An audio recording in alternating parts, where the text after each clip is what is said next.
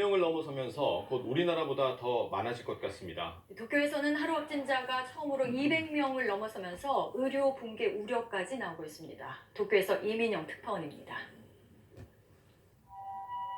일본의 코로나19 확진자가 1,500명을 넘었습니다.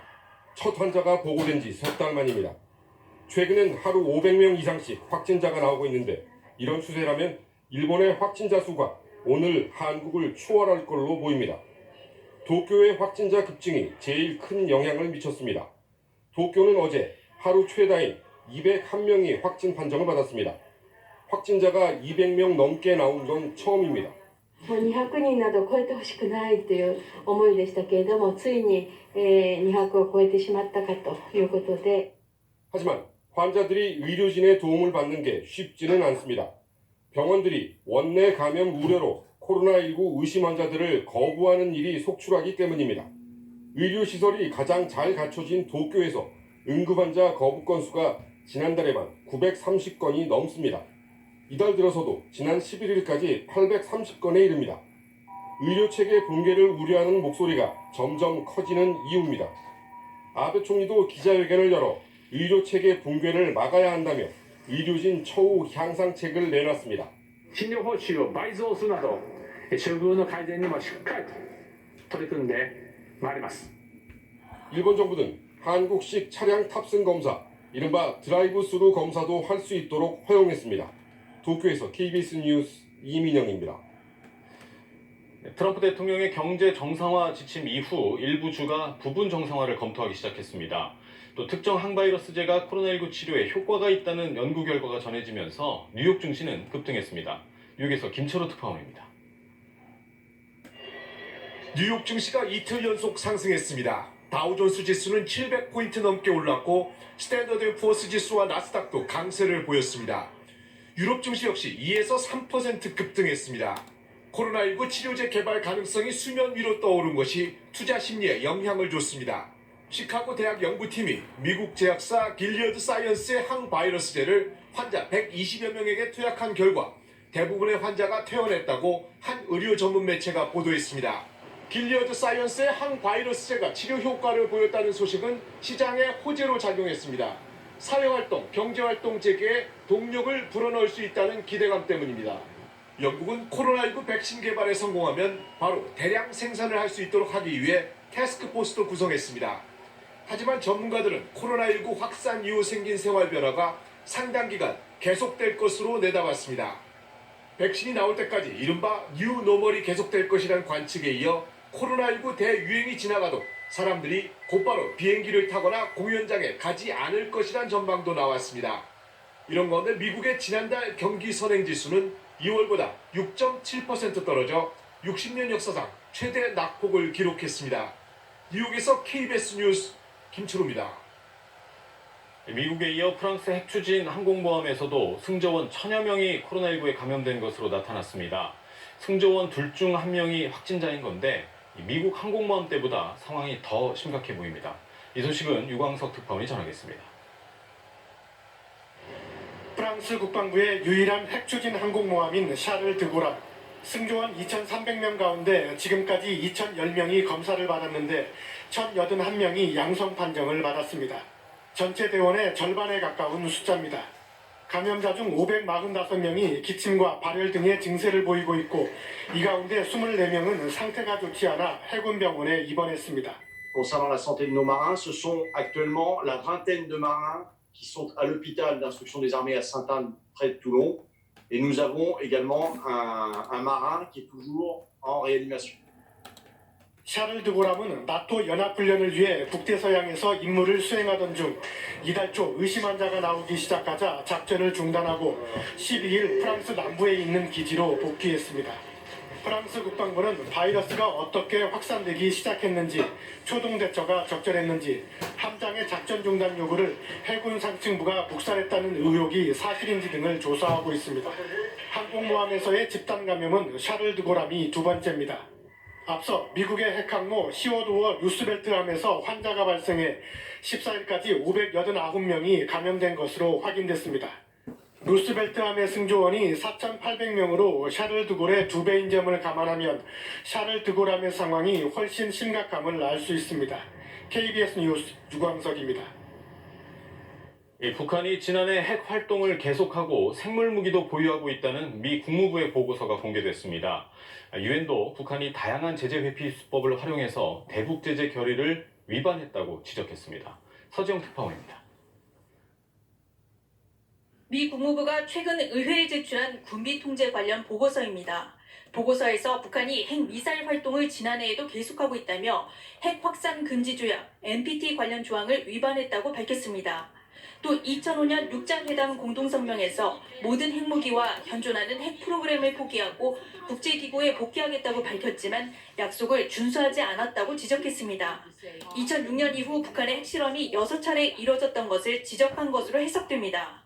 또 북한이 공격적 생물무기 프로그램을 보유하고 있다고 평가했습니다. 제한된 정보라고 전제했지만 적어도 1960년대 이후 생물무기 능력을 갖추고 있는 것으로 보인다고 말했습니다.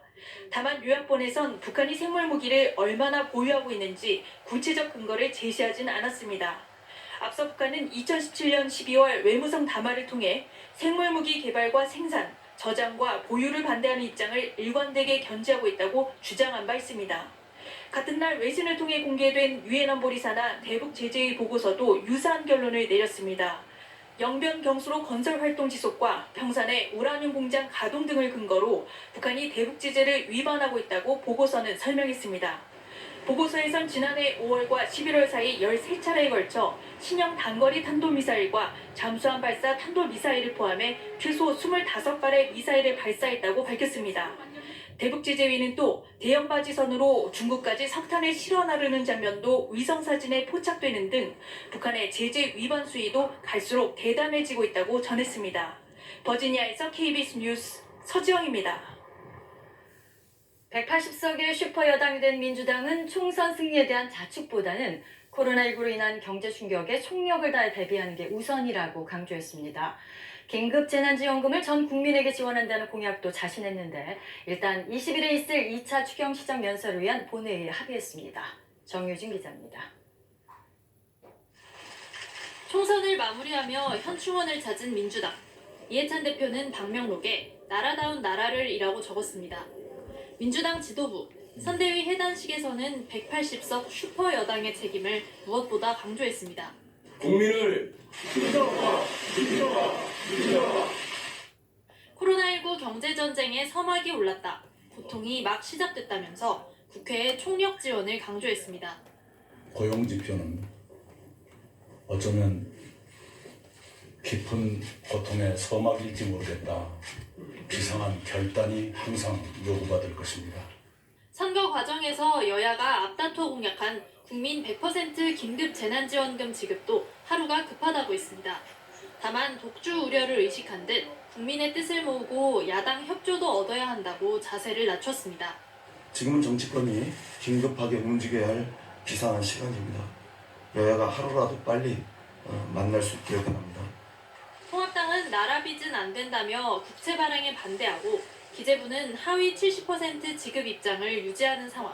이들과 협의하는 게 슈퍼여당 민주당의 첫 번째 과제입니다. 뒤늦게 외양간 고치느라고 하는 것보다는 더 효율적일 수 있습니다. 기재부를 설득하는 것도 좀 불가능하지 않다. 여야는 우선 20일 본회의에서 2차 추경안 처리를 위한 정부의 시정연설을 듣기로 했습니다. KBS 뉴스 정유진입니다. 총선에서 참패한 미래통합당은 국민이 준 회초리를 달게 받겠다면서도 패배 원인과 수습 방안을 놓고는 여러 다른 의견들이 이어지고 있습니다. 조만간 비대위 구성이 유력해 보이는데 김종인 전 총괄선대위원장에게 비대위의 위원장직을 맡아달라고 제안했습니다. 신지혜 기자입니다.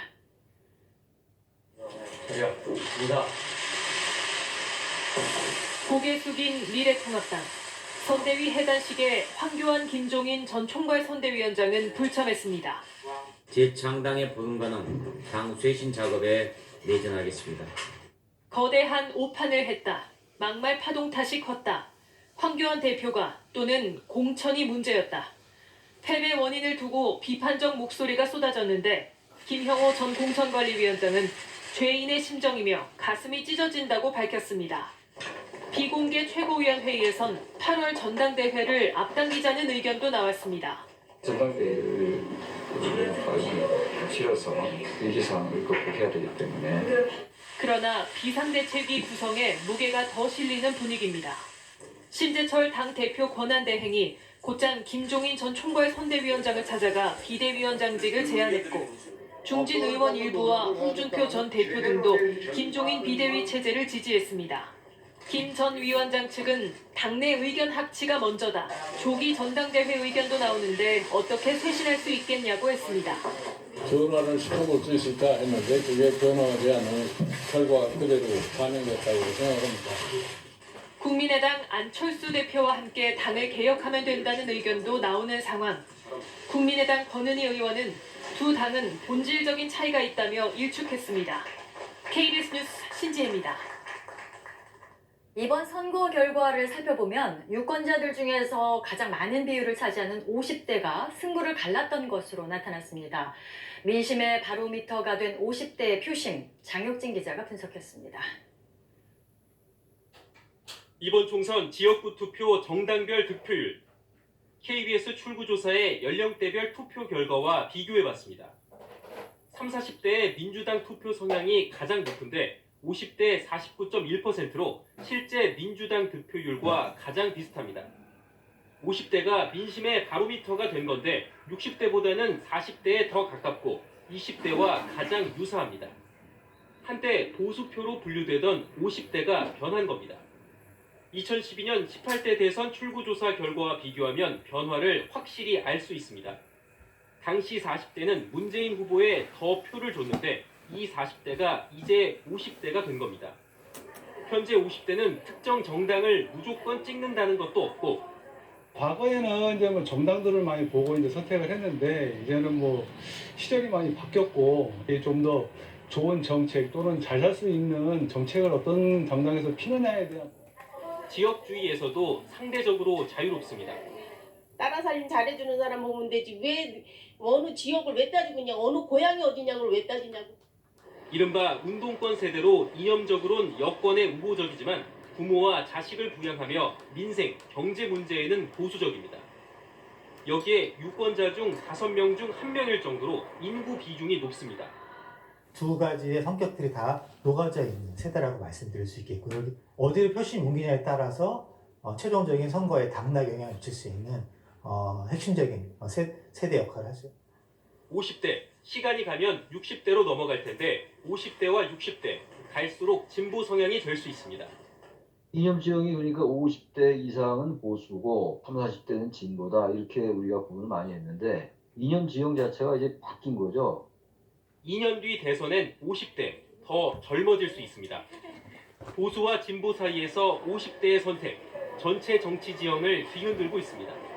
KBS 뉴스 장혁진입니다. 국내 코로나19 상황도 전해드리겠습니다. 코로나19 확진자는 어제 22명 늘어 5일 연속 20명대를 유지하고 있습니다. 취재기자 전화로 연결해서 지금까지 들어온 소식 알아보겠습니다. 오소 기자, 국내 확진자 소식부터 정리해 주시죠. 네, 어제 0시 기준으로 국내 코로나19 확진자는 모두 22명이 늘어 1,635명이 됐습니다. 닷새째 신규 확진 20명대를 유지하고 있습니다. 신규 확진자 22명을 발생 유형별로 살펴보면 14명은 해외 유입 사례로 8명은 지역 발생 사례로 잠정 집계됐습니다. 지역별로는 예천 지역을 중심으로 지역사회 감염이 잇따르고 있는 경북에서 4명, 서울과 광주에서 2명, 경기, 인천, 대전에서 각각 1명의 환자가 나왔습니다. 그 외 11명의 환자는 모두 공항 검역 과정에서 확인됐습니다. 최근 2주간 경로가 파악되지 않은 감염 사례도 18건에 달하는데요. 봄 나들이 등 야외 활동이 많아진 만큼 방역당국은 시민들의 이동과 접촉이 크게 늘어난 부분을 우려하고 있습니다. 해외 유입 사례도 계속 늘고 있어서 걱정인데요. 정부가 국제선 심야 항공편 도착 시간을 변경하기로 했다고요? 네, 그렇습니다. 어제부터 국제선 심야 항공편 도착 시간이 새벽 5시부터 저녁 8시 사이로 조정됩니다. 기존 밤 10시부터 오전 7시 사이 심야 시간에 도착하는 국제선 항공편의 도착 시간을 조정한 건데요. KTX와 공항버스를 탈 수 있는 시간대인 새벽 5시부터 저녁 8시 사이로 조정한 겁니다. 해외 입국자들이 공항에서 장시간 대기하는 불편함을 줄이기 위한 조치입니다. 지금까지 KBS 뉴스 오수호입니다. 대구는 코로나19 첫 환자가 발생한 지 오늘로 2달째입니다. 한때는 신규 확진자가 매일 수백 명씩 나올 만큼 상황이 심각했지만 점차 안정을 되찾으면서 이제는 생활 방역으로의 전환을 앞두고 있다고 합니다. 최보규 기자입니다. 2달 전인 2월 18일 대구에서 코로나19 첫 확진자가 나왔습니다. 닷새 뒤 확진자가 100명을 넘어섰고 2월의 마지막 날 650여 명으로 정점을 찍었습니다. 이후 지난달 8일까지 매일 수백 명의 확진자가 발생하며 대구를 공포와 불안으로 몰아넣었습니다. 많이 불안하죠. 대구에 지금 확진자가 굉장히 많이 지금 나와 있던데 지금 마스크 구하기도 힘들고 확산 초기 대구 폐렴, 대구 봉쇄 등의 혐오 표현이 인터넷 등을 달구기도 했지만 금세 연대와 협력이라는 말이 그 자리를 대신했습니다. 전국의 의료진 2,000여 명이 대구로 달려왔고 국내 119 구급차 10대 가운데 2대가 대구 경북에 집결해 확진자들을 실어 날랐습니다. 대구 시민들도 자발적인 사회적 거리 두기를 실천하며 2달 동안의 고통을 견뎌냈습니다. 그 결과 신규 확진자는 지난 3일 한 자릿수로 돌아섰고 지난 10일과 어제는 0명을 기록하기도 했습니다. 방역당국도 안정화 단계에 접어든 것으로 보고 생활 방역 체제로의 전환을 조심스럽게 준비하고 있습니다.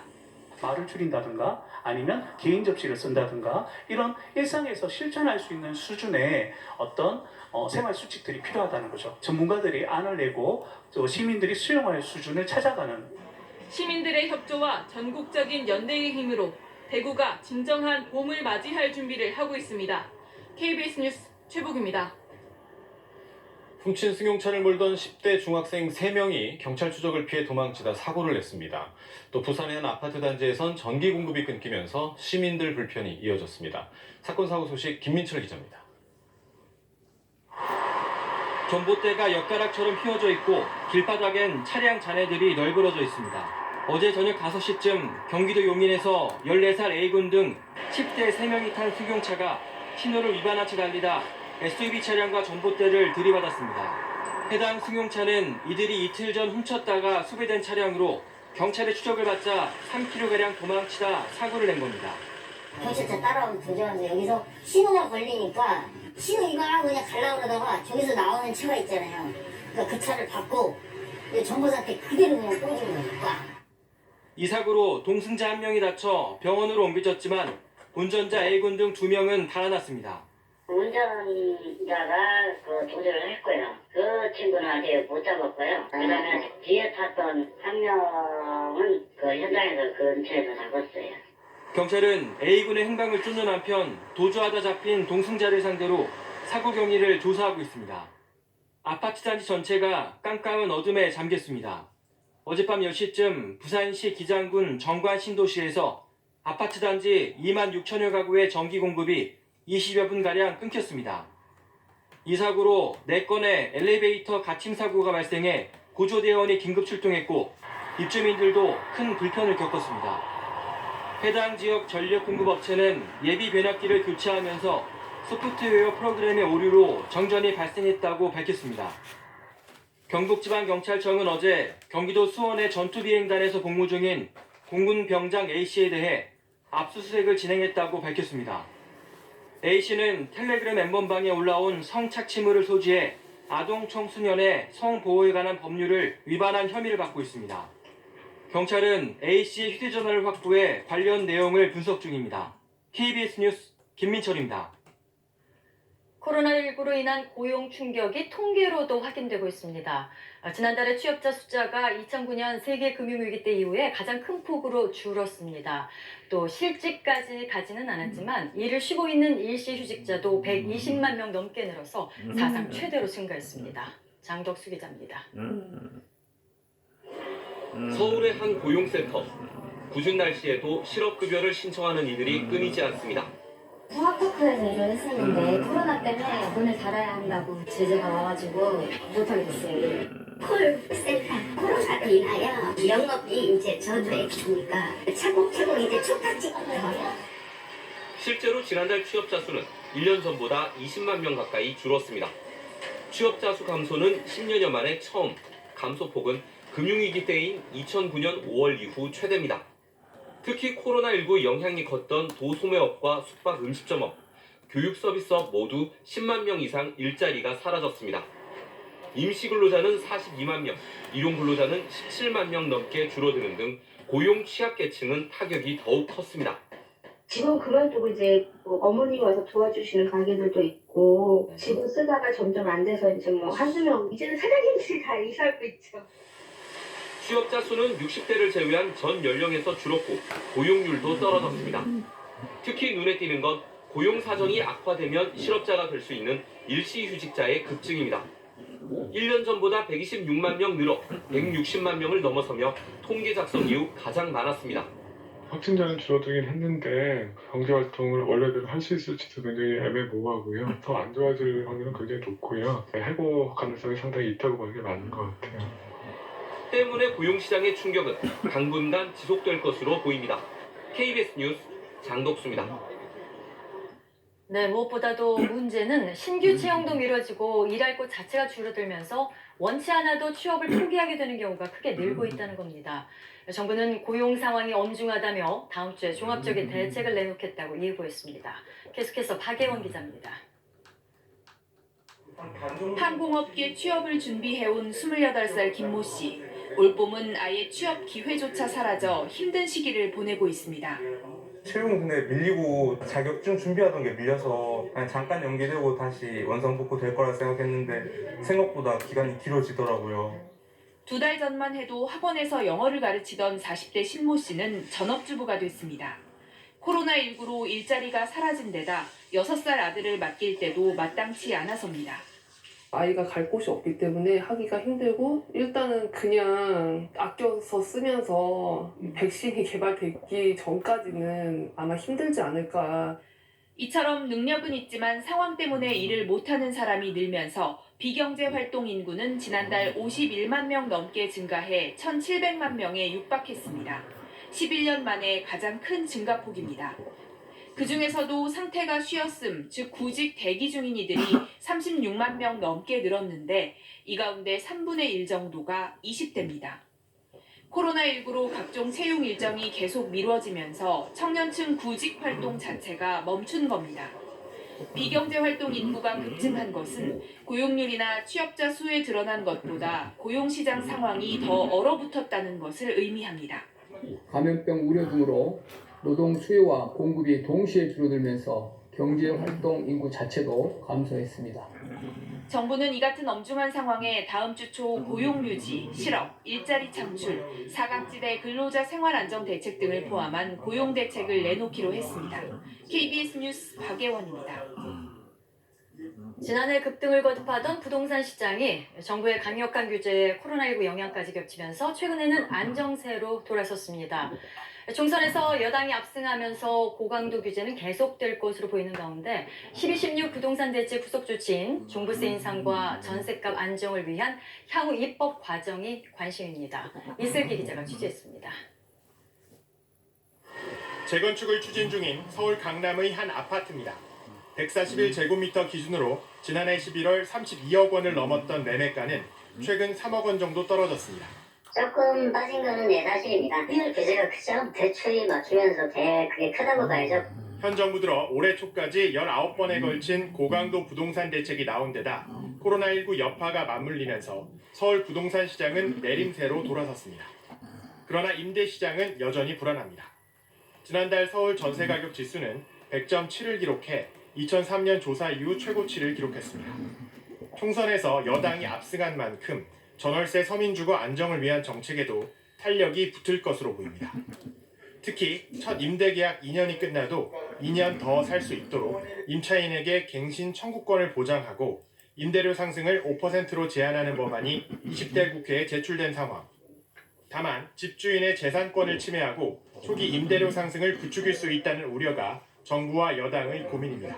타협 문제가 돼야 도입하는 그런 이제 약간 사후 약방보다는 미리 시장이 좀 안정적일 때 도입을 해서 이런 제도의 도입에 따른 부작용을 경감할 수 있으며 12.16 대책의 핵심 중 하나인 종합부동산세 인상도 남은 쟁점입니다.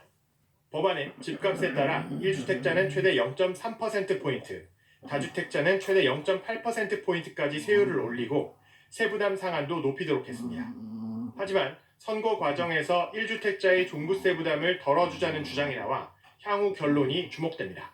입법화되지 않으면서 결국 정부 정책이 강하게 될 것이냐에 대해서 의심이 되면 이게 결국에 주택가격 상승으로 이어질 우려는 있는 거죠. 다만 수요를 강력히 억제하는 정부의 부동산 정책 기조는 변함없이 유지될 것으로 보여 적어도 매매 시장의 경우 안정세가 이어질 것이란 전망은 우세합니다. KBS 뉴스 이슬기입니다. 어제는 전국에 요란한 봄비가 내렸습니다. 오늘 강원 영동 지역과 영남 지역은 낮까지 비가 더 내리겠는데요. 대기가 불안정해서 우박이 떨어지는 곳도 있겠습니다. 그 밖의 지역은 점차 날이 갤 것으로 보입니다. 휴일인 내일도 또다시 전국에 비 소식이 들어있습니다. 새벽에 제주도를 시작으로 밤에는 전국으로 비가 확대되겠고요. 이 비는 월요일 아침에 대부분 그치겠습니다. 오늘 서울 낮 기온은 20도까지 오르면서 어제보다 6도가량 기온이 올라서 포근하겠습니다. 서쪽 지역은 아침까지 옅은 황사의 영향으로 미세먼지 농도가 높아질 수는 있겠지만 이후에는 공기가 깨끗하겠습니다. 날씨 전해드렸습니다. 채널A 기자가 현직 검사장급 검사와 유착했다는 의혹에 대해서 윤석열 검찰총장이 직접 수사를 지시했습니다. 수사가 아닌 진상조사만으로는 실체 파악에 한계가 있었기 때문이라는 분석입니다. 오승묵 기자입니다. 검찰총장 측근과의 인맥을 과시하며 상대를 압박해 취재를 했다는 논란이 제기된 채널A 이모 기자. 윤석열 총수 나오면 윤석열의 가장 측근 그 검사님인가요? 그게 바로 소송이 나왔어요. 누구 어디라고. 현직 검사장까지 거론되자 검언유착 의혹이 불거졌고 추미애 법무부 장관은 이달 초 대검찰청에 진상조사를 지시하기도 했습니다.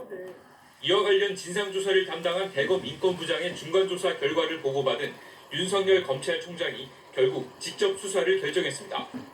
윤 총장은 서울중앙지검에서 언론사 관계자, 불상의 검찰 관계자의 인권 침해와 위법행위 유무를 심도 있게 조사하라고 지시했습니다. 한동수 대검 감찰부장의 감찰 주장에도 윤 총장은 진상조사가 먼저란 입장을 펴왔지만 보름 가까이 시간이 흘렀음에도 관련 자료 확보에 실패하는 등 임의조사의 한계에 부딪혔다는 분석입니다. 의혹에 등장하는 현직 검사장이 정확히 특정되지 않고 가담 여부도 구체적으로 파악되지 않아 수사력을 동원할 수밖에 없다는 겁니다.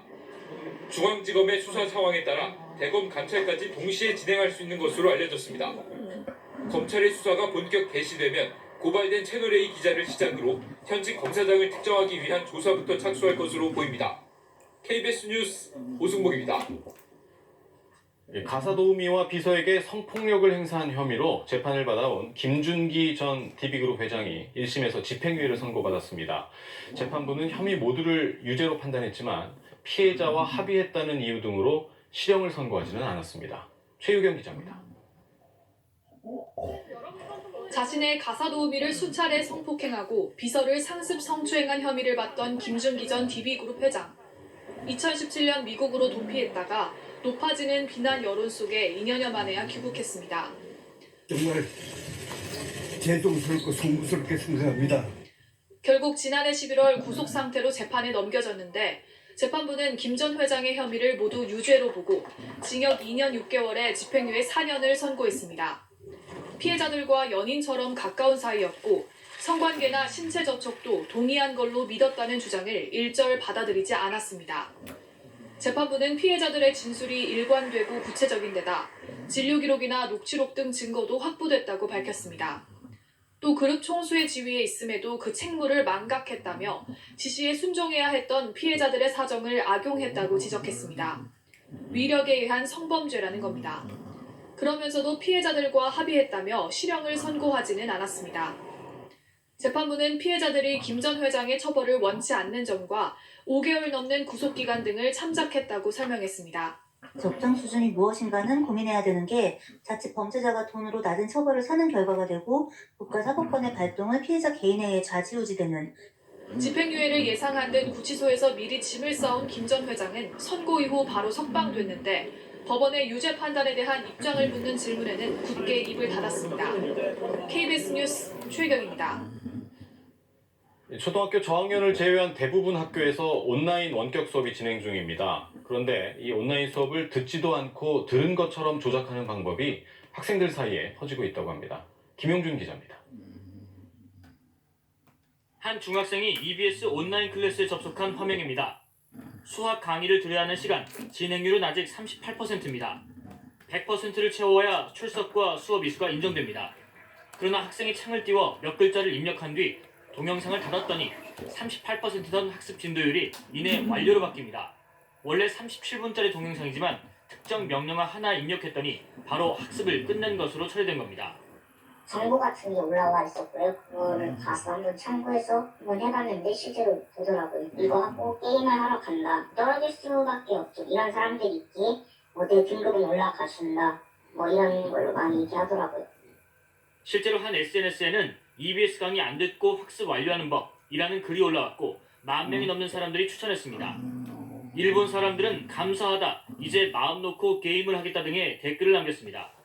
그걸 켜놓고 딴짓을 할 수가 있기 때문에 지금과 같은 그런 어떤 우회할 수 있는 방법들은 기본적으로 막아놓는 게 원칙인데 아마 그거에 소홀한 것 같고요. 지금 온라인으로 출석 관리까지 다 같이 하고 있는 거잖아요. 근데 이제 그런 부분에 있어서 불이익을 받는 학생들도 있을 수 있으니까. 이와 관련해 교육부는 해당 문제를 파악했고 기술적으로 어떻게 보완할 건지 검토하고 있다고 KBS에 밝혔습니다. 또 동영상 강의를 이수한 것만으로 출석 인정을 하지 않도록 일선 교사에 안내하고 있다고 덧붙였습니다.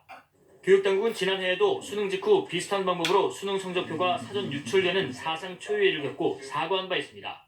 KBS 뉴스 김용준입니다. 이번 총선에서 3%포인트 이내로 박빙 승부를 펼친 곳이 24개 지역구나 됩니다. 이곳에서 중도층의 표심이 민주당을 향한 것으로 평가됐는데요.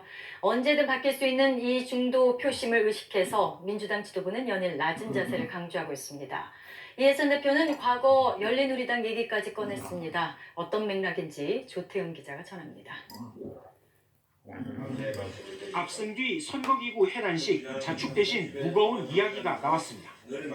열린우리당의 그 아픔을 우리는 깊이 반성을 해야 합니다. 그런 걸 잘 반성을 해서 우리한테 맡겨준 소임이 소중한 만큼 우리도 여러 가지를 깊이 생각하면서 2004년 총선 민주당의 전신 열린우리당은 152석 과반을 차지합니다. 그 힘으로 국가보안법 폐지 등 이른바 4대 개혁 입법을 밀어붙였지만 야당 반대와 당내 계파 갈등 속에 무산됐고 이후 선거에서 연패했습니다. 자기 자신을 드러내고자 하는 과격 커머셜리즘, 이런 타성을 벗어내고 가는 16년 뒤 개헌 빼고는 다 할 수 있다는 180석, 힘으로 하다간 역풍 맞을 수 있다는 반성입니다. 실제 이번 총선의 지역구 투표 득표는 민주당이 49.9%, 통합당은 41.5%, 의석수와는 달리 8.4%포인트 차이입니다. 24개 지역에선 3%포인트 이내에서 승부가 갈렸는데 중도층의 향배에 따라